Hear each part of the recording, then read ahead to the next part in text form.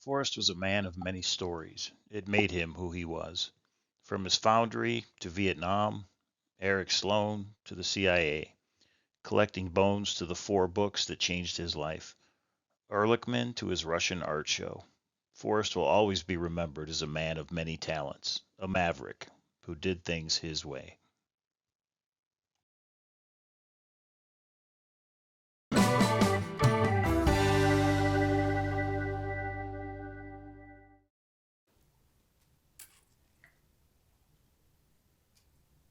I'd like to see if I could get a little more detail about the Russian art show. That's my brochure I did. The Russian government didn't give me any color plates. They're all black and white.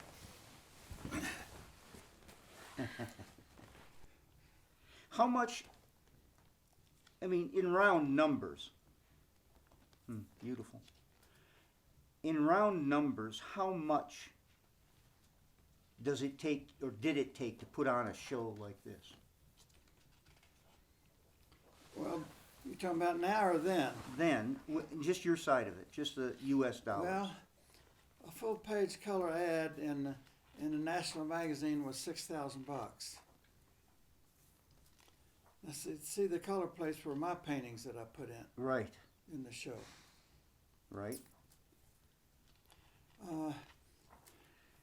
You had to pay to transport all of your paint, all of your art over there. Yep, You had to up your insurance considerably. yep.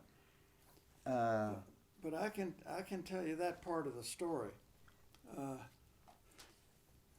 Madame Petrova and I had a handshake deal, right, and when I had all of those 36 Russian Feshin paintings hanging in my gallery, including the big portrait of Lenin that you saw there, I didn't have a signed contract with the Russian government, and I think that is absolutely extraordinary. They trusted me. and so, but what, and so when the State Department got on your back about it,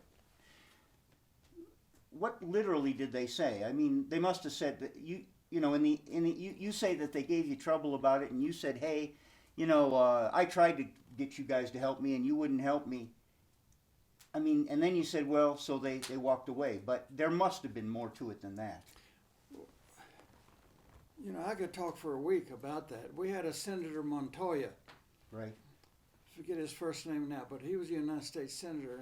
But I knew this was going to cost me a bunch of money, so I talked to Senator Montoya. He wasn't a friend, but I went to see him, and I said, the State Department has all of this, what I forget what they called it. Let's call it detente money. Money to, I knew Fritz Scholler is a friend of mine. He was an artist. They sent him to Russia just to meet the people, to have a show, and I don't know how much money they gave him, but everything was, he was gone a couple of weeks, and everything was on the federal government. The money is allocated and appropriated, and it was sitting in a bank account someplace in the Treasury Department, and I knew that. So I asked Senator Montoya to write the State Department and tell them, and you sent Fritz Scholl over there. Why don't you? The Russian government is willing to loan me 36 paintings. How about picking up the ticket for freight and insurance and stuff? That seemed to me like a reasonable thing to do. And they wrote back in 2 or 3 letters. They wrote back and said, "Dear Senator Montoya, reference the request from your constituent for money for blah, blah, blah. I'm sorry that blah, blah, blah, blah, blah." And I don't think it had as much to do with my show as it was the animosity toward Senator Montoya. Oh. So I decided if the State Department wouldn't help me, that I just move them out of it. I mean, if they're not going to help me financially, why should I help them verbally? Although it was sure as hell was their business, you know. And then the airplane lands at JFK, and I don't know how much. I certainly don't know everything that was going on, but I know that somebody in the State Department called me on the phone, wanted to know what was going on in Santa Fe, New Mexico, related to the Russian. Are you running the State Department, Mr. Fenn? That was a question they actually asked. Yeah. like it was their business only to do this. Yeah, and I gave him I may have said, yeah, I'm running the State Department because you guys are doing a lousy job. You know, I may have said, I know I said something. I can't quote myself. Because you were angry. Too long ago. Yeah. Huh? Because you were angry. No, I wasn't angry. I was disappointed and disgusted with them. You know, I mean, why should a little private business in a small state do the State Department's business? Detente was a big word. Let's get together. Let's talk. Let's do this. Let's change. Everything says do this. I mean, this should be a gold star on their bathroom mirror. And but they didn't do it. I got 2 or 3 letters. When I sold my Taos archive, all those letters and all the telexes that went back and forth, I sold. And the gal that's coming over here, are you going to go to lunch with us today? If you'd like. Yeah, hang around and go to lunch with, because she's the curator for the guy I sold all this material to. But it's in her house here. All the telexes to Russia through Occidental Petroleum. That's Armand Hammer's business. And so, you know, I said, okay, screw you guys. I'll just do it myself. But don't come to me wanting me to help you now. And then finally there was but I don't know what was going on. I know that logic tells me that they had all kinds of meetings up there. You know, what the hell is Fenn doing? And then when I don't know exactly how a Russian airplane could land at JFK without the State Department knowing it. But a guy called me, he said, and they called me several times, I wouldn't take the calls. The State Department. Yeah. Some guy sitting at a desk up there, I expect. Then my secretary said, Forrest, there's an undersecretary of state. And I said, under what? You know? But I told him, he said, Mr. Fenn, there's a big Russian airplane landed at JFK. People all, Russian nationals who we don't know are getting off the airplane, then they're mentioning your name.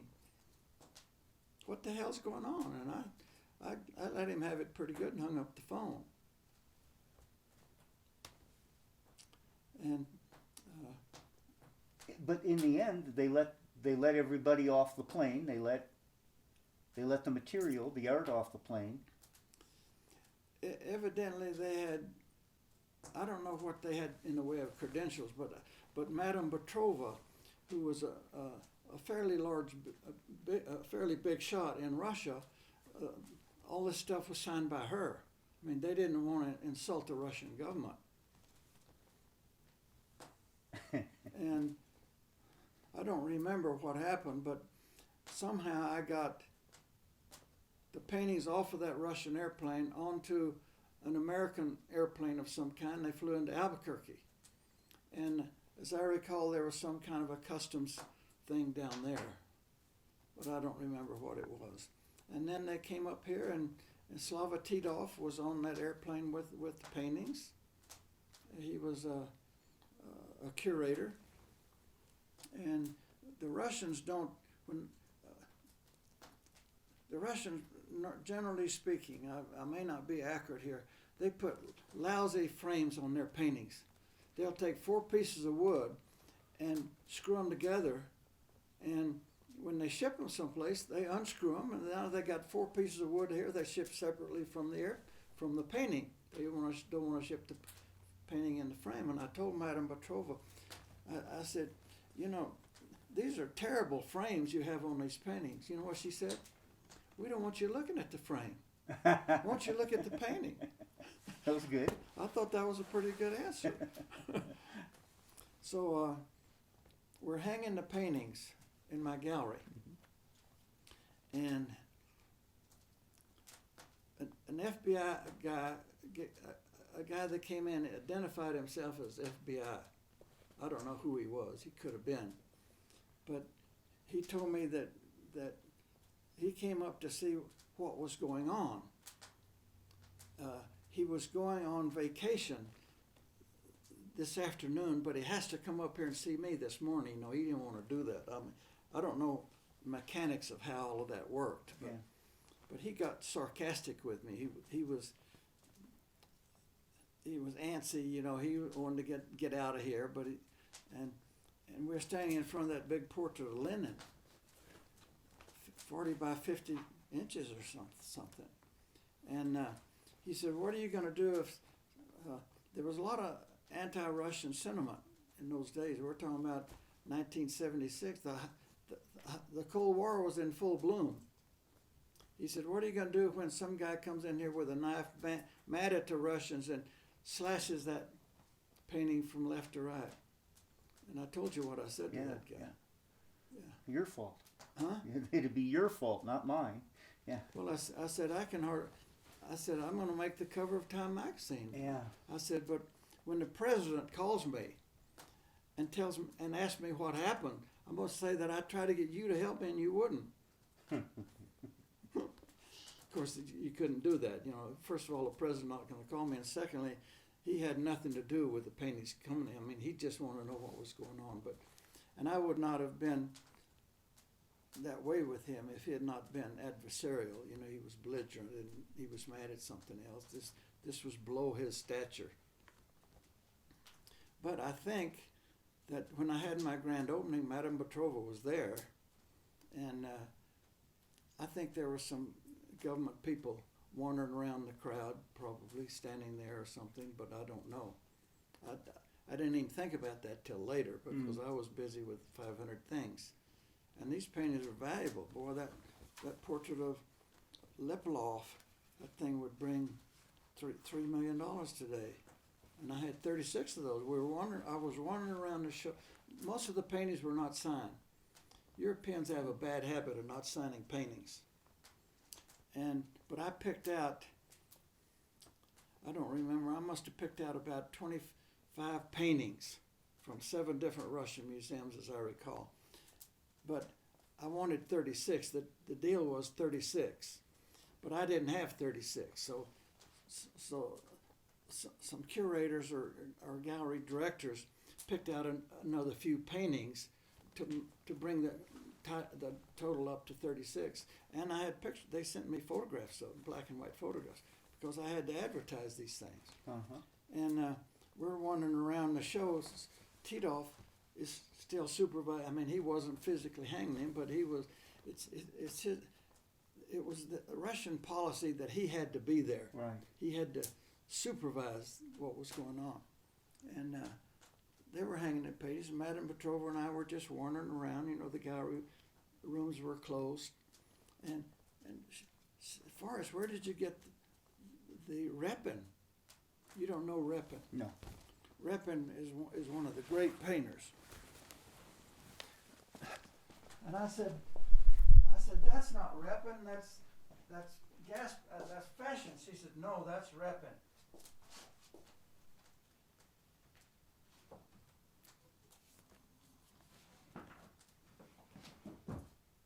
There's never been a painter that was better than Repin. Huh. That's Feshin's teacher. Huh.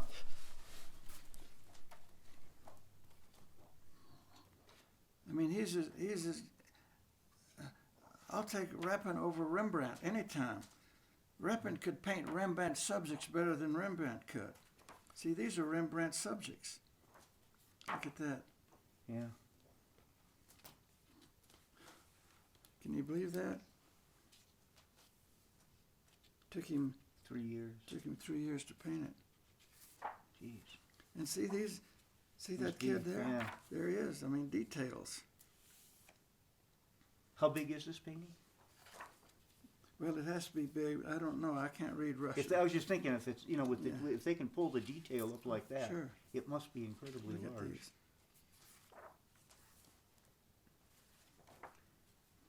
There he is, right there. But every one of these things are portraits. Yeah. I mean, I had a Repin one time. It was a saddle and some horse gears sitting on the floor in a corner of a room. It was a painting this big. It was a study for a painting this big. Okay. But it had there were another 30 or 40 studies that I didn't have for that one painting. So the reppin came from some other. It wasn't signed. Evidently, the director or the curator of the museum that had it thought it was Feshin, and Madame Petrova knew a lot more about than her people did. So were they delighted to find out that it was a reppin? I sure as hell was. Yeah. It wasn't a great painting, but it was probably a little nothing study. You know, they thought it was Feshin. Huh. I should write a blog about that. Yeah. It's interesting. So then what happened? So you had the opening. How long was the show up? A month? Well, this thing should say, but yeah, probably. Then I sent it to either the Fry Museum or the Cody, one of the two. Oh, in Seattle. They the went Fry. to both places. Okay. And this was 76? Yeah. And there was a problem in Seattle. Those people didn't like the Russians. Huh. And there were pickets out in front of the thing. The governor had to get in the act. Huh. I don't remember that. Interesting.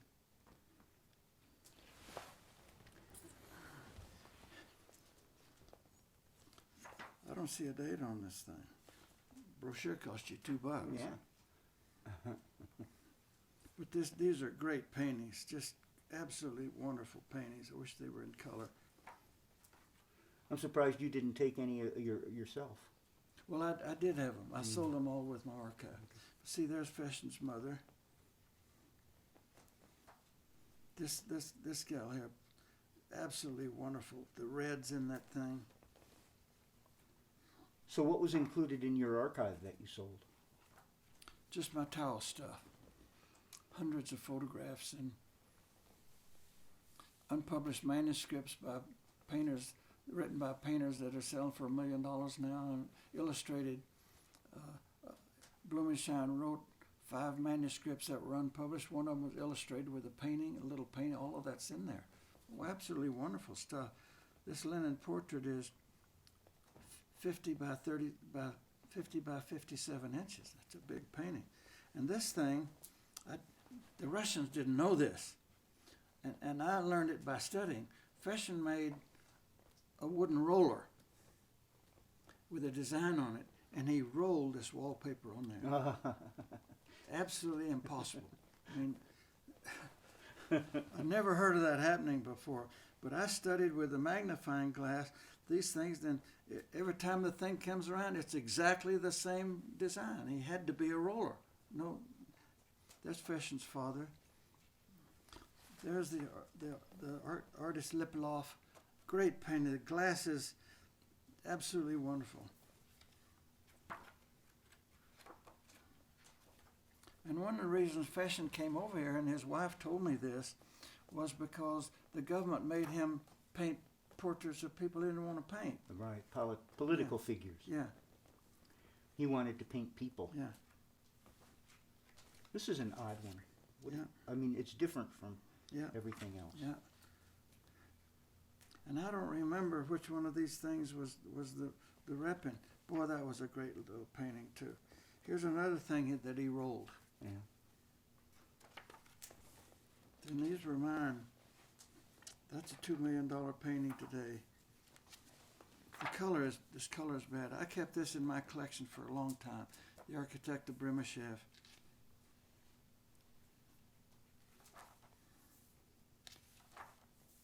Boy, that was a great painting too. Hindu girl. Jesus, the eyes. Look at that. This is one of the paintings I bought from Jack Hunter in Pittsburgh. I told you that story.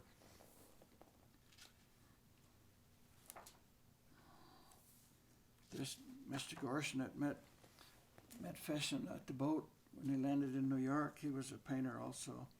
That's the wife of Dean Cornwell, a Brandywine School painter with N.C. Wyeth and Howard Pyle. You know the books, The Last of the Mohicans, Yeah. Blackbeard. Those are all illustrated by Hudson River School painters, and this guy was one of them.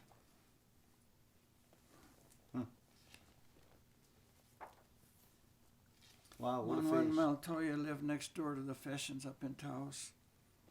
There's the Tuppy with Cat. That's in the Cowboy Hall of Fame now. I sold that to a friend, but great painting. Did Feshin speak English? I never did talk to him, but it was broken English. I mean, his wife, I could hardly understand his wife, and I'm talking about they've been in this country 50 years, and I could still hardly understand her. I'd ask her to speak slower, and she'd just laugh at me. But this, I used to know this model. She lived in Taos, and I had this mandolin, and I gave it to Roger Miller, the King of the Road. Right. He played it on television, that mandolin. Is that right? Yeah, he lived here. So is that your mandolin that she's holding? Or is that... Well, that was Feshin's. How did it get back into Feshin's hand? Oh, I get it. You got it after the painting. Yeah. There's Madame Makishna. But nobody was better with charcoal than Feshin. But look at all the paintings. The exhibition. Jeez. Leon Gaspard, written by Frank Waters. This is my Gaspard show. Did you have any trouble moving your own art back and forth for that? Yeah, all kinds of trouble. I showed their paintings in 3 different museums. They were supposed to show my paintings in one museum. But when it was time to and they had to pay for everything that cost rubles. So Madame Petrova told me that if you want to send a curator over with your paintings, we'll pay that. We'll pay everything rubles. Give him a card, have a place. And I said, no, I don't think that's necessary. I said, let Slava Titov handle my paintings. She said, okay. So the show was supposed to open, I think, in Kazan, where Feshin was born. And I went to the opening, and it was upstairs in a museum. In the museum, but there were so many people wanted to see that opening, those paintings, that they had to stop them at the bottom of the steps because they were afraid the floor was going to fall in. Huh? They metered them up there like 100 at a time or something. The building construction in Russia is terrible. Huh. But anyway, people lined up clear down the block to get in that show. But then they were supposed to send them home, but they didn't. And I didn't know where they were. And they were not communicating with me. Mm-hmm. And Armand Hammer couldn't help me. He was sending telexes back and forth. They weren't responding.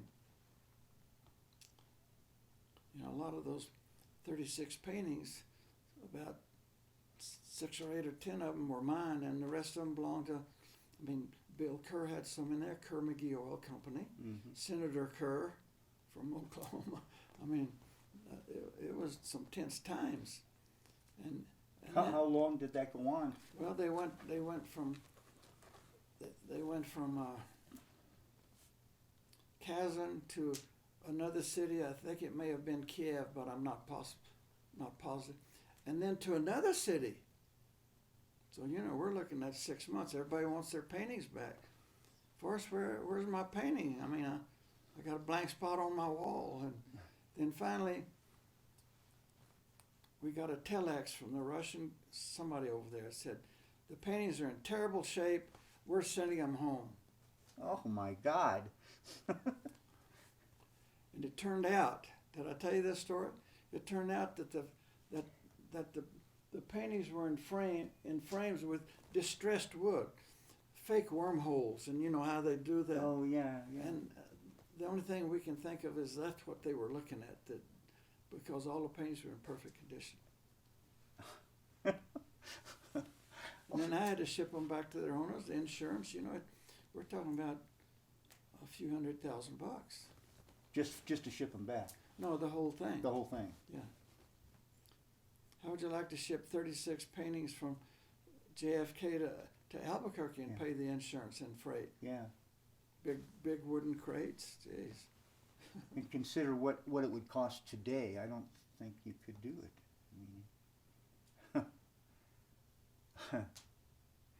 So what do you think the value of the art was that you sent over that you sent over there?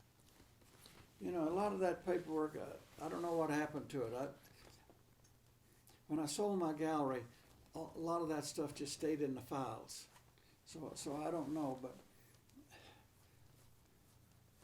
there are 4 or 5 paintings in that show belong to the Russian government that would be more than $1 million today. In those days, you know, I think we're talking about $65,000, $75,000 a piece for the good ones. So there was a couple of $1 million there worth of paintings.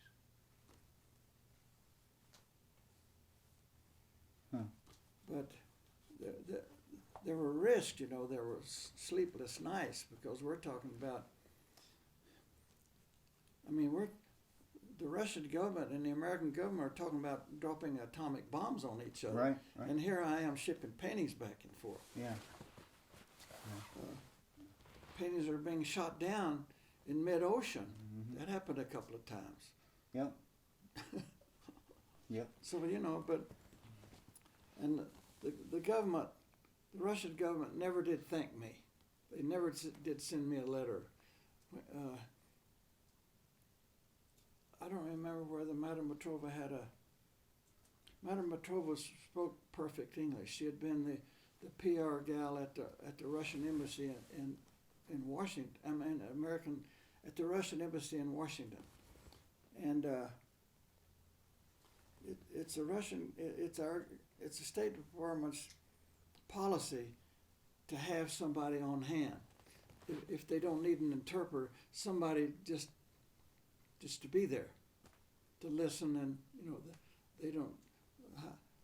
High-ranking foreign officials coming to this country, the State Department wants to know what's going on.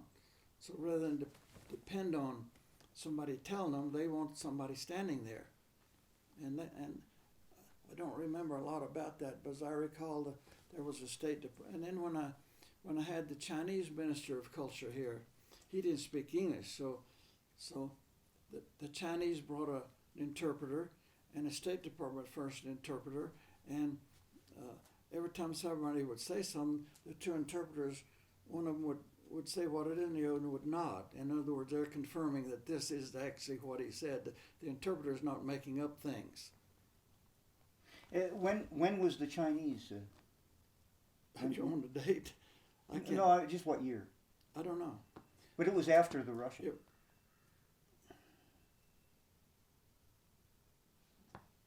No, I was just trying to think, because I was going to say, after having all of that stress with the Russian show, it would surprise me that you wanted to do that again with the Chinese. Well, I didn't invite this Chinese guy here. Okay. The White House called me a couple of times to put people up in my guest house. Okay. I don't remember whether he was one of them, but I know one of them was Helene von Damme. She was head of the Peace Corps at that time, but then she became an ambassador to someplace. They called me. I want to know if she could stay in my guest house, and I said yes. And I always said yes. But somebody invited. I think that this Chinaman must have been on a tour or something. But we sat in my guest house over there, and I took you through that. Yes. And on the couch there, and with two interpreters, and I don't know whether Peggy was there or not, but I think maybe my Galdra, and we talked for hours. He was interested in knowing what I was doing in Vietnam. I was a fighter pilot and blah, blah, blah, blah. He had been a foot soldier in the Korean War with a gun on his shoulder. Yeah. And he was telling me about all that, and we laughed a lot, but I remember he was so puzzled by the fact that I could change the channel on the TV with the puncher and run the volume up and down. And he's going through my guest house, screwing knobs off. Right. It's supposed to go this way, and he screws it off. He did that a couple of times. He's sitting in my hot tub. He had never seen anything like that before. You had a good time. Did you ever stage another international? When this guy, let me finish the story. Okay. When John Ehrlichman and I and Halderman and John Connolly decided to do a big deal with the Chinese government, did I tell you that story? No.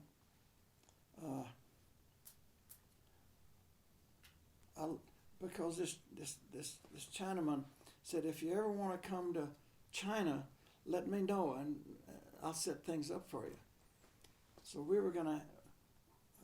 Well, that's a long story, but anyway, I went over there and he had what was presented as a state dinner, but he was the big shot because he was no longer the Minister of Culture. He was now what in this country you would call the Attorney General and the Director of the FBI. It's the same job over there, and that's what he was. Huh. And they had a 14-course meal for me. Everybody sat on the floor and with your feet crossed, and I couldn't eat any of it. It smelled so terrible. But they wouldn't let John Ehrlichman go to the dinner. Oh, they wouldn't. They didn't like him for some reason. Interesting. You'd think they would have. Oh, well, who knows? But I went to Hong Kong and I went to China and I saw what they had in their big store rooms, buildings the size of 2 football fields with nothing but tables in there and Tang horses and Ming Dynasty stuff and Han and on and on and on. Thousands of when you see over there 600 feet, there's still tables with sculpture on them, early bronzes. But the law in China says that nothing can leave the country that's over 180 years old. And so I decided that I didn't want to mess with that. Things less than 180 years old because Hong Kong's full of antique dealers that are getting that stuff out, and boy, you don't want to mess with those guys. So my idea was to talk, because I knew this guy. I mean, I didn't know him. I had some conversations with him. What I wanted to do, because the Chinese were hurting for money, they love dollars. So I said, let me come over there and pick out what you have the most of. If you have 2,500 Tang horses, then I'll take 50 of them. I'm gonna build a big building in the property next to my gallery. It was vacant lot at that time. I'll hire your people, pay them a good salary, give them a place to live, to come over here and live and do all the work in this warehouse. I didn't want to retail them. I wanted to wholesale. I wanted to be a middleman. There's too much of them for me to try to retail. But if I can wholesale them to 50 antique dealers in this country, Jesus, I mean, I get 10 or 15% of everything that happens. I mean, you're talking about big dollars. And they had a bunch of meetings, and Nixon went over there, and we gave him some money. The gallery, you gave Nixon some. We had a little.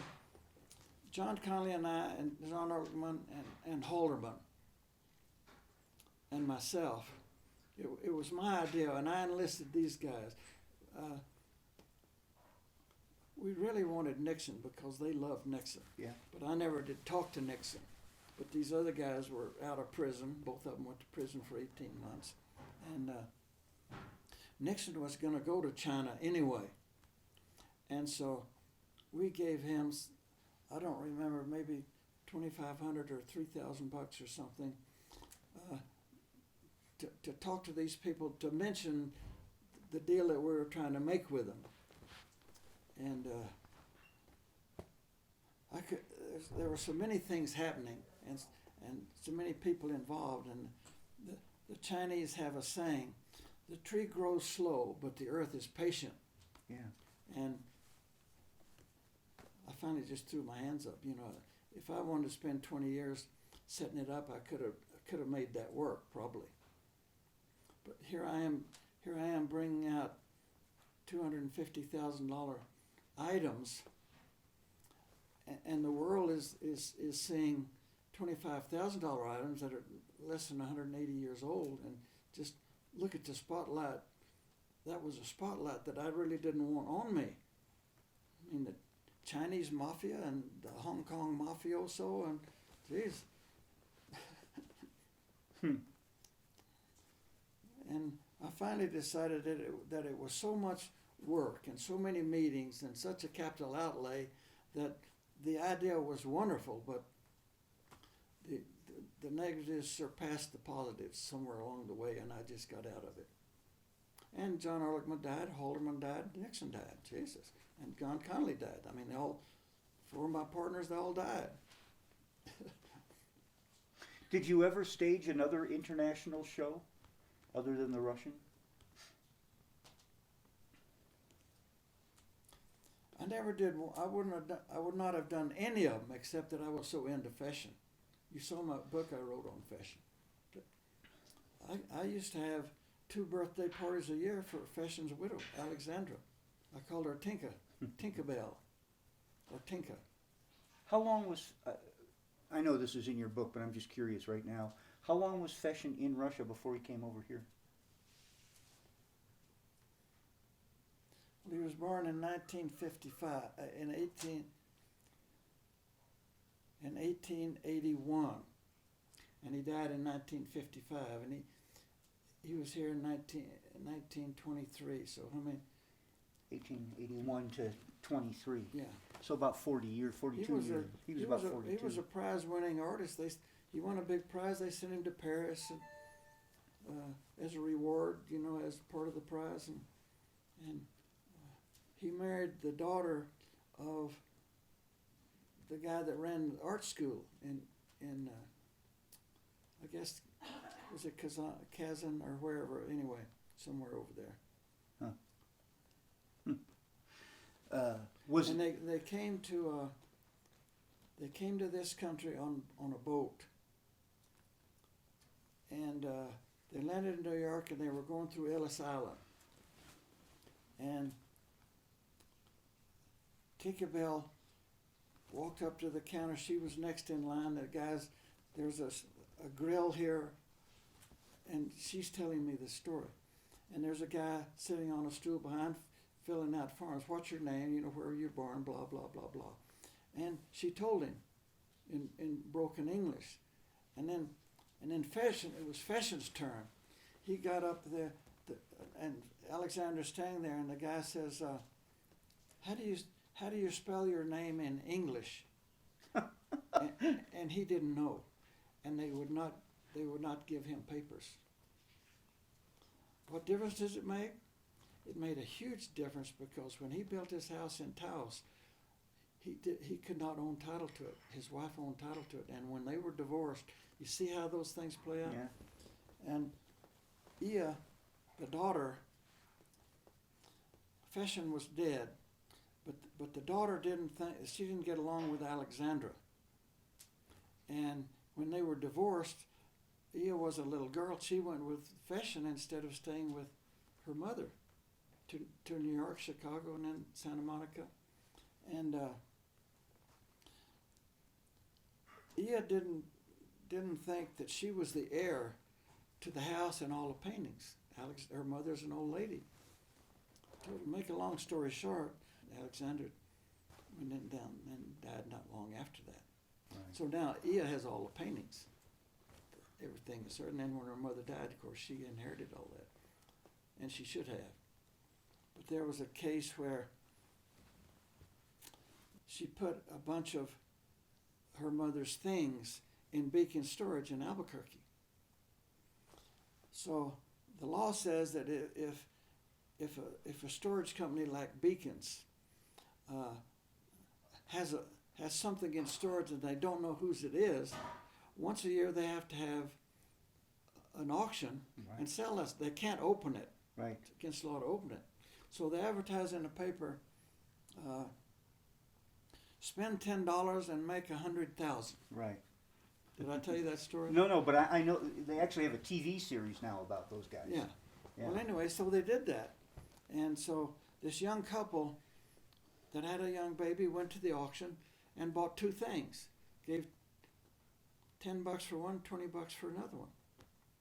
They took the things open. They opened the first one was a little baby mattress that just smelled like hell. So they threw it out in the alley. They opened the other one. There was a big painting in there, but it had a strange signature on it. So I was the biggest gallery in the States. So they drove up to wanted to see me, and they had that painting. I took one look at that painting. I knew exactly. I'd seen it 100 times in Alexander's studio up in Taos.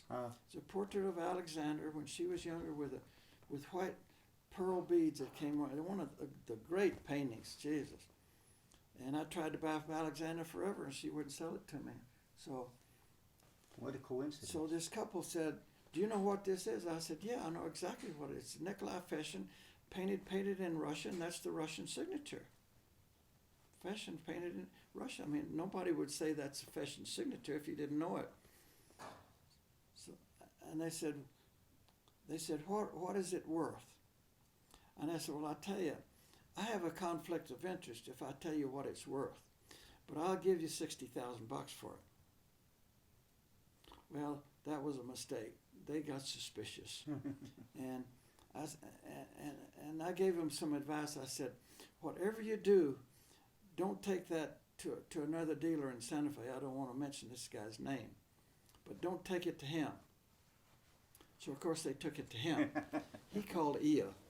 Ia sued them. Ia sued Beacons, and it went to court. And the judge, female judge, was a friend of mine. She came up here because she wanted to look at Feshin paintings to see what they were worth and to clue her in. And she said, "Forrest, what should I do? I mean, what do you think?" And I said, "You know, if you take that painting away from this young couple, what you're saying is that there will never be a pot of gold at the end of any rainbow. The ad says spend $10, make 100,000. They spent their $10, and now you're going to take it away from them?" And we laughed and talked about it and went to lunch. And her ruling was, she didn't tell me this, of course it had been unethical for her to discuss that with me. Her ruling was that since Beacons had been paid for the storage, then they had to give it back. They had to give it to Alexander's heirs. If there was money due on it, then she would have given it to the. And that was the right ruling. Yeah. So it was a mistake. But that's when I felt. That's when Ia fell out with me.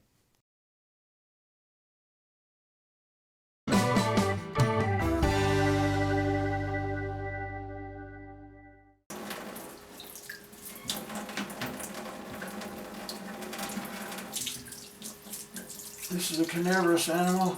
Could be coyote or dog.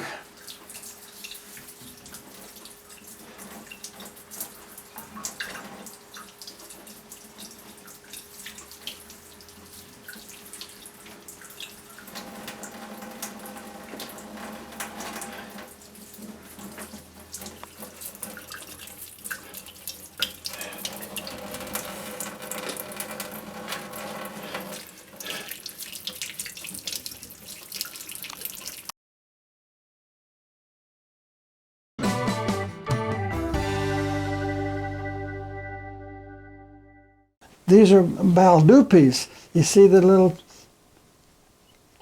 bird face on it? This is some kind of horn. It may be mountain sheep. And I have 3 of these baldupi. But you know, you're talking about 16th, early 17th century Spanish. This was a thing that I dug up at San Lazaro Pueblo. You see, it has the same thing here, and then there's another one, Baldupes, Balduque, and it has a horn grip. Can you pick up that first one again?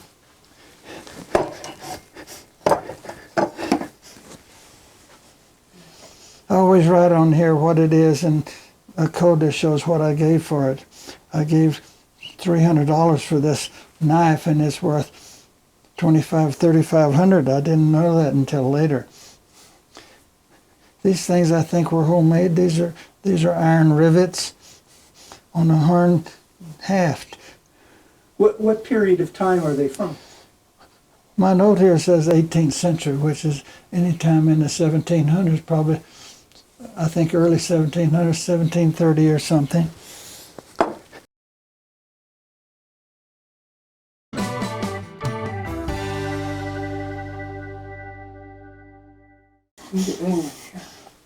This is an early Spanish lock. My code here says 16th century Spanish facade style chest lock with a lanterna style key. It came out of a museum in Spain.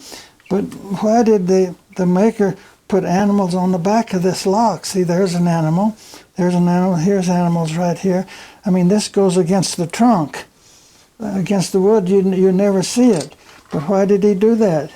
He did it just because of pride of workmanship. But how do you get in this lock?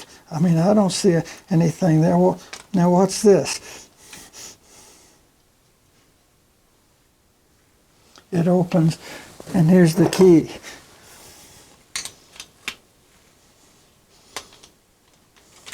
You're not going to pick this lock. Let me see those animals again. Try and get a tight shot.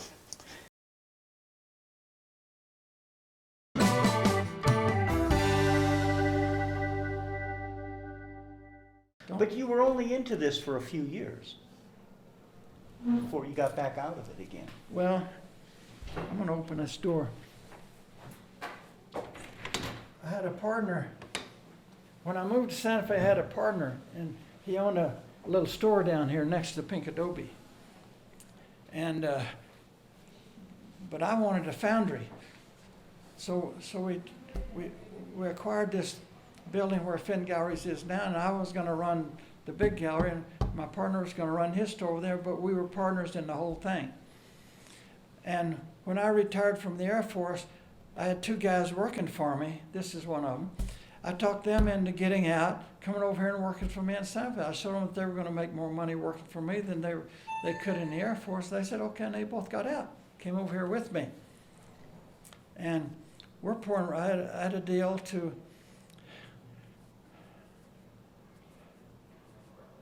I better not tell that story, I guess. Why not? Turn that thing off for a minute.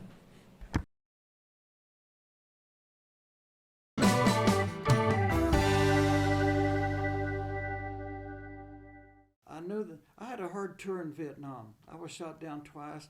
I lost 22 pounds, and I didn't even know that I lost any weight. And I lost some roommates, and I lost some friends, and I was commander of the command post. So I told every airplane where to go, where to rendezvous with tankers, who to bomb, what kind of bombs on the airplane. And I was flying 328 missions in 348 days. I mean, doing all that. I mean, I met myself coming and going.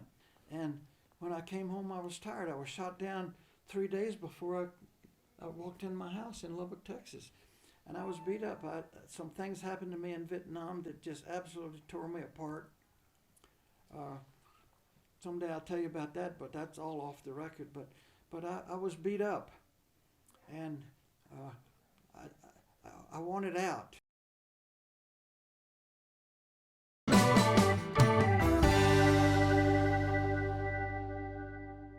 That's funny. But one time I remember Eric had a lot of dollar bills. Well, for one thing, I was giving him a bunch. I was buying pennies from him and paying him in dollars, and he had a safe at home that he kept all this money in. One time he thought that the government was going to recall all the money and issue new currency. And the reason was because the drug people had so much money, they were going to run the drug dealers out of business because they couldn't come in and exchange their money. So Eric had a bunch of money. He thought the government was going to change it. And he said, what can I do to spend this money?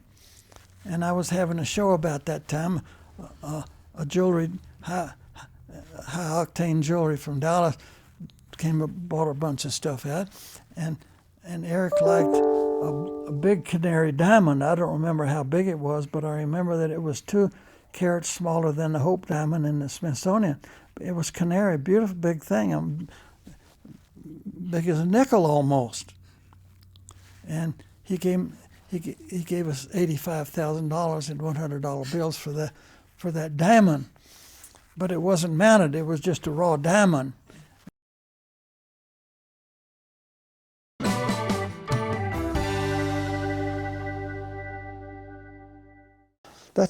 That's 2 or 3 or 4 days, even if nothing breaks on that airplane. But yeah, and my boss Harold Benham was the captain, and we were flying one day, flying formation.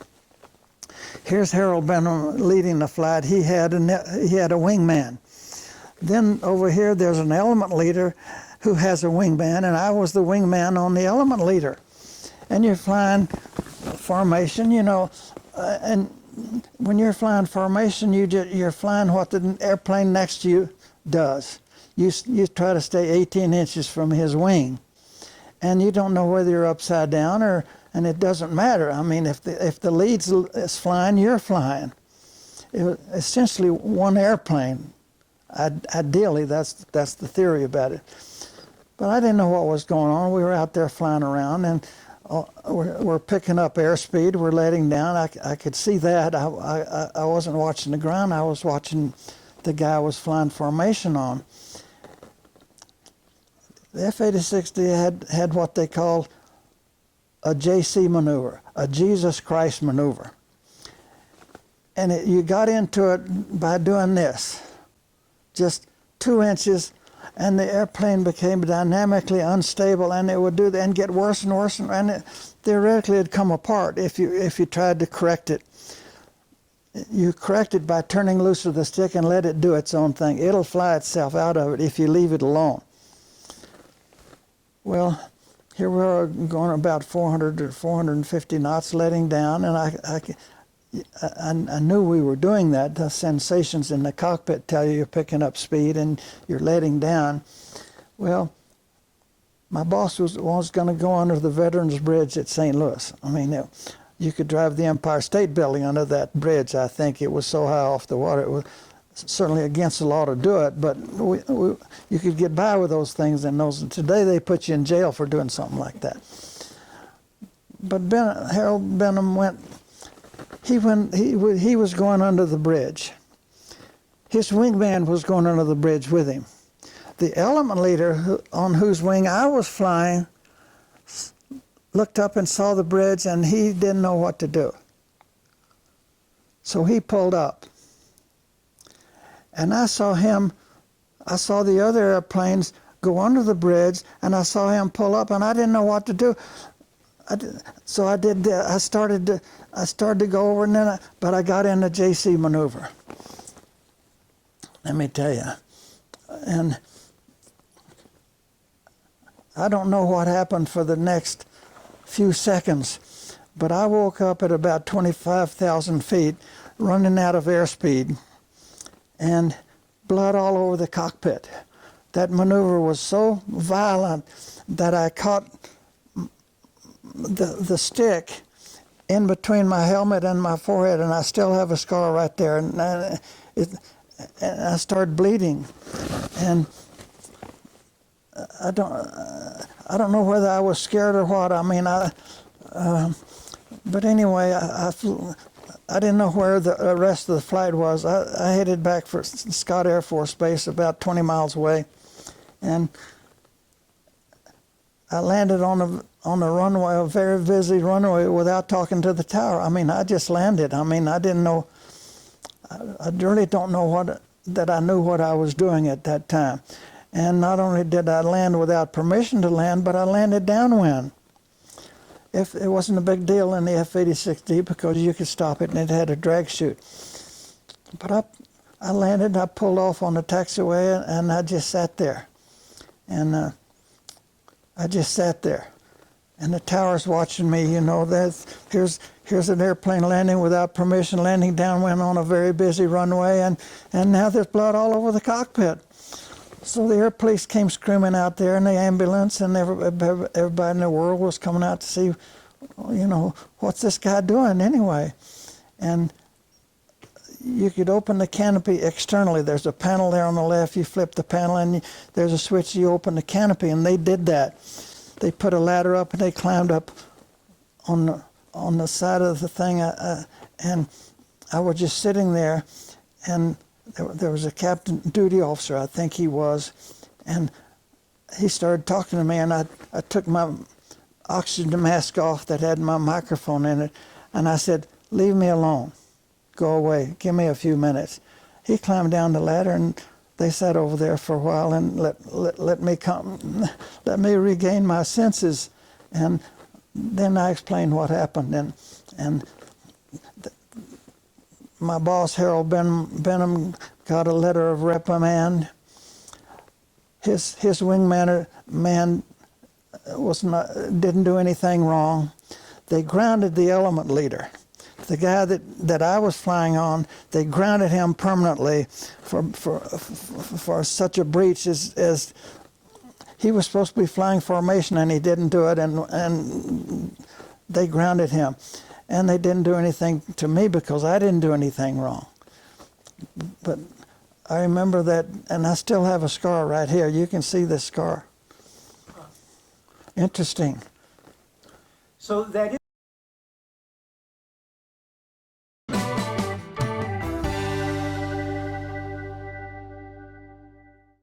Do you ever find any hidden little niches or things in There's this lots place? of hidden niches in this place. Yeah? He had a lot of little hiding places, especially in his house and his office upstairs.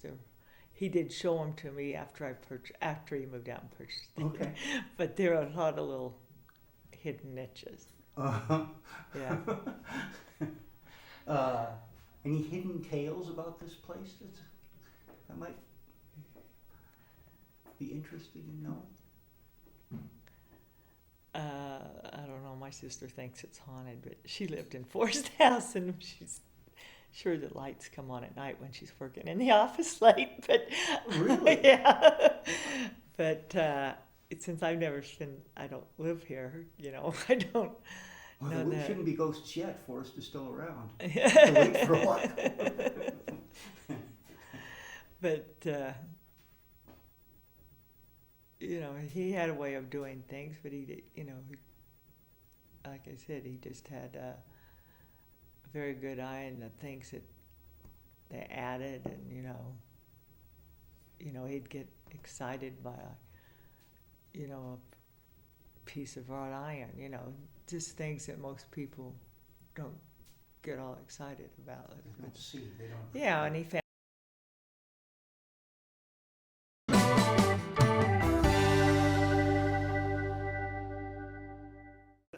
Four books that have changed my life. Catcher in the Rye was the last one. Desiree was one. The book Devine was one. And what's the other one? Just had it on. Devine, Desiree,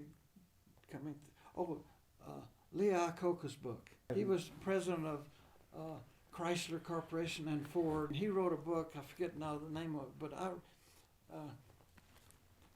the guy was so. Ford Motor Company was going under. He built Chrysler into a huge business. Ford was going under. They hired him, and he turned Ford around. The guy is an absolute mechanical wizard. And I read his book. Jesus Christ, I finished that book. I wanted to get up and run right through that damn adobe wall and go out there and do something wonderful. That's the book that changed my life too. I mean, it's a book to read. But that book's so inspired. It's an autobiography. But the David book though it was one of my Bibles. He and Armand Hammer were my heroes in the art business because they were so good. Jesus. So Devine's philosophy, I think I can sum him up. Those who cannot be led must be shoved. But in any event, they all go the same way you want them to go. That was Joe Devine. He'd sell a lady a painting and then remodel her house around the painting.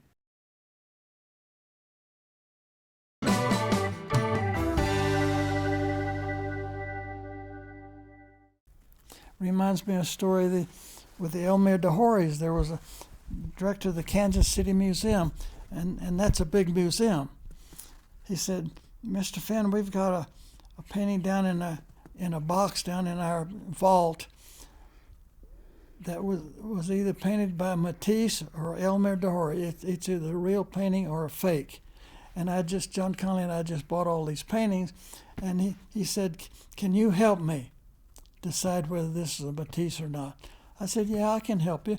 I said, "Go down in that vault, take the painting out of that crate, hang it on a wall with a sign there that says, 'We don't know if this is a Matisse or an Elmyr de Hory. What do you think?' And have a little pad there. Let the kids say it's a fake or what. I mean, what are museums for?" He was scared to death somebody would think they had a fake painting. I don't understand. That's the things that he learned in college. He learned in college that you dread something. I say exploit it. Something like that I can use to great advantage. I'll ask the kids and the grown-ups, "Is this a real painting?" and get their opinion. Their opinion doesn't mean anything, but they're part of the process now. They're talking about it at home. They're bringing other people in the museum. See, that was the way I thought that was diabolically opposed to the way all the PhDs were thinking. And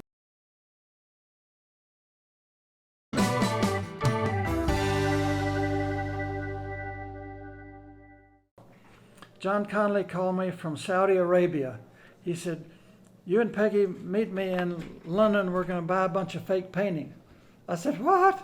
He said, "Yeah, Elmyr de Hory was the great forger of French Impressionists. They're worth money today. All of them are signed on the back by Elmyr de Hory, but he signed them on the back after he got caught. But on the front they have the forged signatures. This is Gauguin. I had it hanging in my house down to this one of them that I kept. But God, here's Toulouse-Lautrec, there's Van Gogh, there's Cézanne, there's Matisse. And so we went to see this guy, Talbot. He had been a bookie on the island, a pawnbroker on the island of Ibiza when Elmyr de Hory lived there.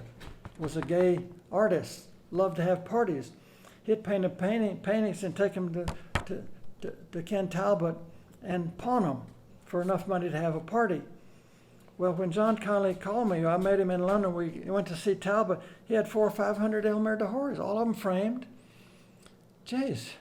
So we dickered with him, and John Connolly finally made the deal that we would give him $2,250 for 100 paintings, $225,000 or whatever it was. And we picked out the 100 that we wanted.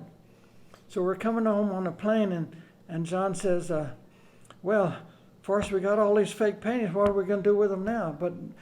But I had a lot of things going for me, and he had a lot of things going for him. I knew that he knew Arthur Templeman, who was chairman of Time Life, Inc., was a close personal friend. So I told him, I said, "John, we need an article in Time magazine with a picture." He said, "Okay." And so he made a telephone call. The next week, a photographer and a writer came from Time magazine and took this picture and some others. And we had a full page in Time magazine with this, not this picture because I wasn't in it. It was a different picture of just John Connolly with all these paintings around him in my storeroom down at the gallery. And Jesus, those paintings started jumping off my wall.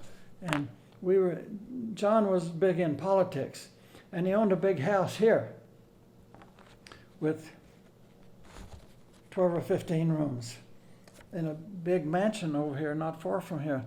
And he had a fundraiser one time for the Republicans, something or another, and I went to the thing, and John and I decided that each one of us would pick out 6 paintings out of the 100 and keep them for ourselves.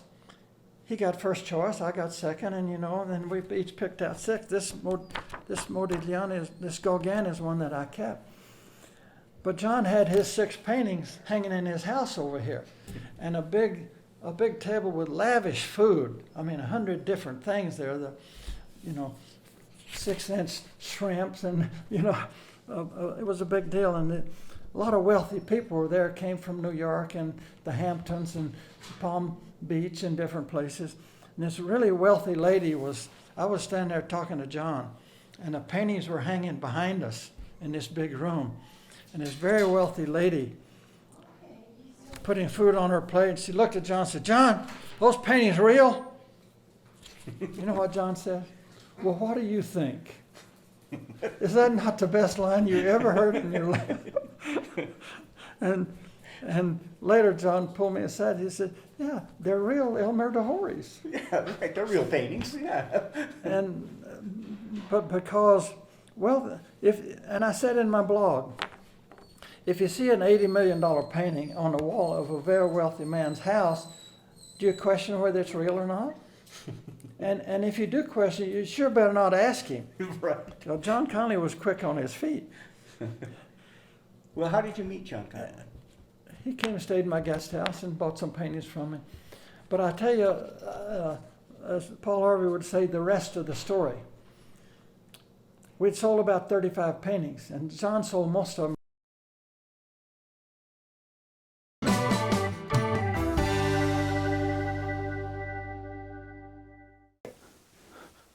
Okay, this is a bell. I got this from the Eric Sloan estate. Eric told me that he found this bell eroded out of a bank in Arroyo up near Taos. And it's a beautiful Spanish bell, an old Spanish bell. It has a date on it, 1739. Can you see that date, 1739? And it has some other writing on it. Can you imagine it, Eric found this bell eroding out of the sand in a bank up near Taos? The chain is vintage with the bell, but it wasn't found with the bell. I put that chain on it. I love that old bell. I have a thing. Eric had a thing for bells, and me too. And this is not a wonderfully cast bell.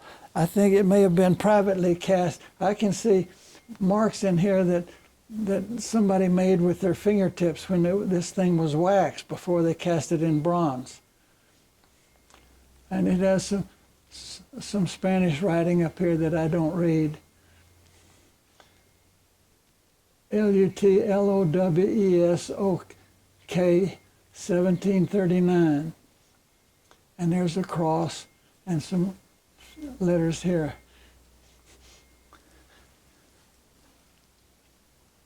I like that old bell.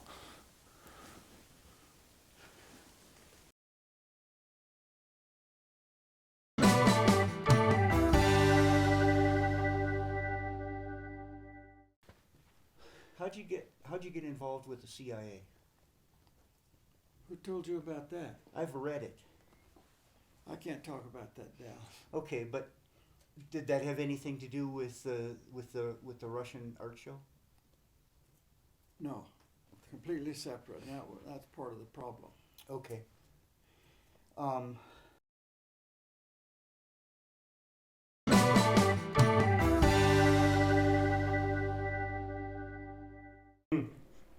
But he had tapes. Nobody ever asked John Ehrlichman if he had tapes in the White House. Oh. But he had all these tapes, and he gave them I had a nonprofit at my gallery. It was called Archive of Artists of New Mexico and the Southwest. It was a legal nonprofit. People gave me things, and I bought things and put them in there. That's how I got my big archive. And John said, "I want to give you these tapes with some rules. The rule is that nobody can listen to them unless they get your permission in writing and they get my permission in writing." And here's the rules, Mr. Fenn. If somebody asked you for permission to listen to those tapes, you're to say, you have to go get Mr. Ehrlichman's permission. And when somebody asked him, he was going to say, you have to go get Mr. Fenn's permission, and we were never available to give it. Nobody ever listened to him. And when I closed my archive, years later, I gave him, at John's suggestion, to a little university or college library in Northern California, I forget now, but a very small school. I gave it to their library, all of these tapes, hundreds of tapes, with the stipulation that nobody could listen to them until John had been dead 50 years. Wow. Nobody's listened to him yet. Huh. Hadn't Did been you dead listen 50. to him? Huh? No. I never did have a machine, but I wasn't interested in that.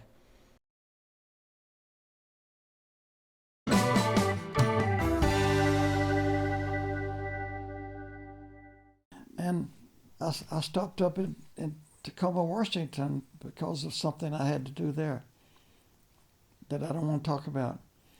And I flew another combat mission. I was busy there for 5 days. And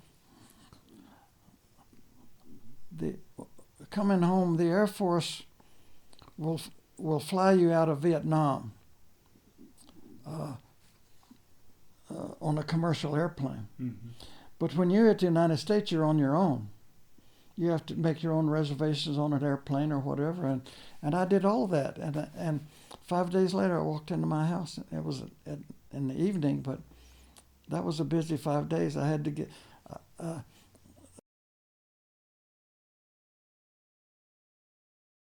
And then, June 6th, 2020, Forrest sent an email that the treasure chest had been found. The search community was in shock and disbelief. Dale posted it on his blog within an hour of that email being sent, and the community still couldn't believe it. The treasure has been found, so the search is over. Look for more information and photos in the coming days. F. Thousands of comments from searchers on Dale's blog. They wanted to know who found it and where. And there was still disbelief that it was actually found. And some searchers claimed that they were the ones that found it, but offered no proof. Quickly, local, national, and international news outlets reported on the treasure being found, yet leaving searchers with few answers. Finally, for what seemed like forever, Forrest broke his silence. The pictures provided proof the treasure was found, but the fears of the community became a reality. The finder wanted to remain anonymous. For the community, this was not enough, and Forrest quickly realized he needed to provide searchers more. In what could be interpreted as an agreement between a treasure creator and a treasure finder, the word agreed set off conspiracies in the community that are to this day discussed. And then Forrest died. The man that we thought would live forever died at 90. Friends, family, and community mourned. 2 weeks later, an anonymous searcher wrote an article that he found Forrest Fenn's treasure, providing pictures as proof, but still no location. He tantalized our imaginations with details and stories, including a fake blaze. This article was his remembrance of Forrest Fenn. Accompanying the announcement were even more pictures of Forrest, who we recently lost, even wearing the turquoise bracelet that he wished returned to him. The finder states in the article, 2 people could keep a secret, now one of them is dead, leaving little hope for the answers we were all searching for. In a coordinated effort, the finder came forward as Jack Stoof with pictures of himself and Forrest. We now had the identity of the mysterious finder. The same morning, as Jack confirmed his identity on Medium, Dan Barbarisi published an article in Outside magazine confirming the finder.